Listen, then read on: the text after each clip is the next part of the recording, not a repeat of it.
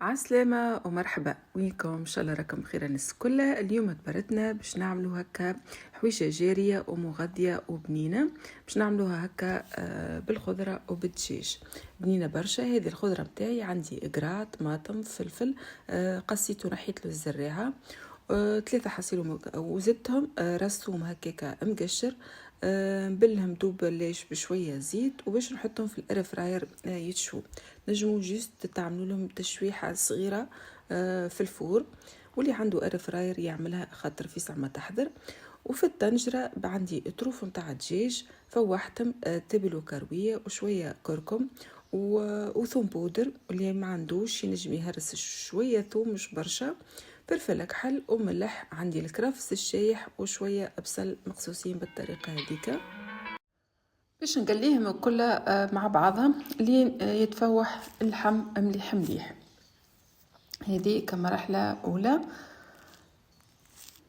هذه الطنجره اللي باش نحط معناها باش نطيب فيها الجاري. على فكره معناها ديما عندي طريفات سكالوب نخبيهم ديما هكا يعودوا مفوحين ويعاونني شويه حتى في مثلا في الطياب كي نطيب به تجي الماكله بنينه. لهنا بديت هكا نقلي فيه بشويه بشويه لين يذوب البصل ويبدا هكا يسيب الماء نتاعو. لهنا باش نحط شويه عدس تقريبا هكاكا مغرفه ونص كبيره. كما قلت لكم راهو عنده فايدته معناها السوب هذا. هذيك مغرفه صغيره من الفلفل الاحمر راهي اختياري، تنجم تخلوها معناها زعره ومعناها تخلوها على لون الخضره كي باش نرحيها. بالنسبه ليا جست شويه هكا للبنه، زدت شويه فلفل احمر راهي تجي بنينه. باش نمرق لهنا بما سخون على مستوى اللحم معناها بيان سور تريفات سكالوب في ساعه ما تطيب، ونخلوها هكا تطيب على روحها. هذه الخضره من بعد ما مشويتها باش نرحيها كلها مع بعضها. نجموا تستعملوا هي اللي تعاونكم اكثر معناها الربو هذا. ونزيدها نحلها بشويه ماء سخون باش مثلا تجيني هكا جاريه وتجيني كيما السوب بالطريقه هذه. دوب ليش هي على خاطر معها طماطم معناها طريه وحدها باش تعمل كجي. انا دوب ليش حليتها بشويه ماء سخون وهذه هي النتيجه.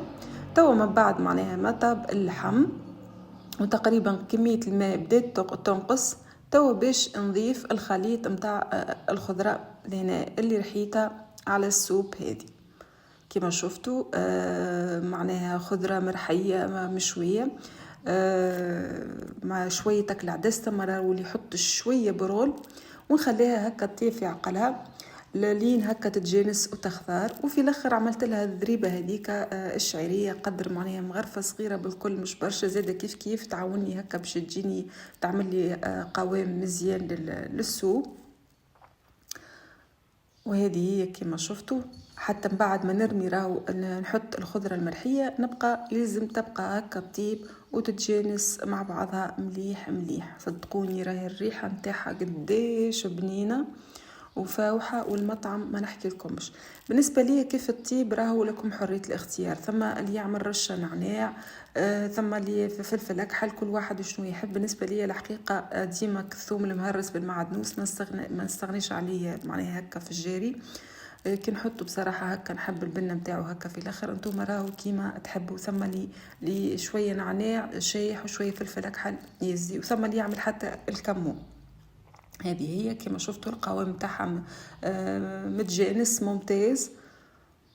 وتنجموا تعملوا هكا في الاخر زاده رشه زيت زيتونه كما تحبوا. وهذه هي لين هكا اختارت وعقادت.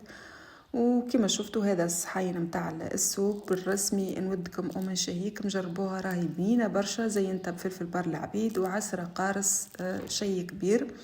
نتمنى هكا تجربوها وتعجبكم. وتو ما بقى لي كم باش نقول لكم بالسلامه وان شاء الله ملتقانا في دبره اخرى. باي باي وشهيه طيبه.